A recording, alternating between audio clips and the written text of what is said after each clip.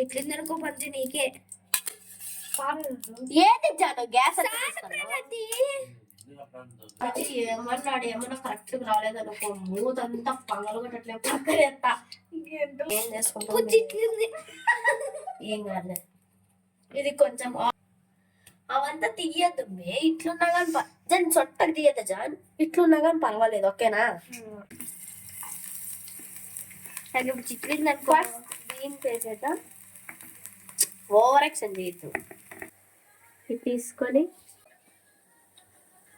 ఇది రొప్పులు వస్తుంది ఆనియన్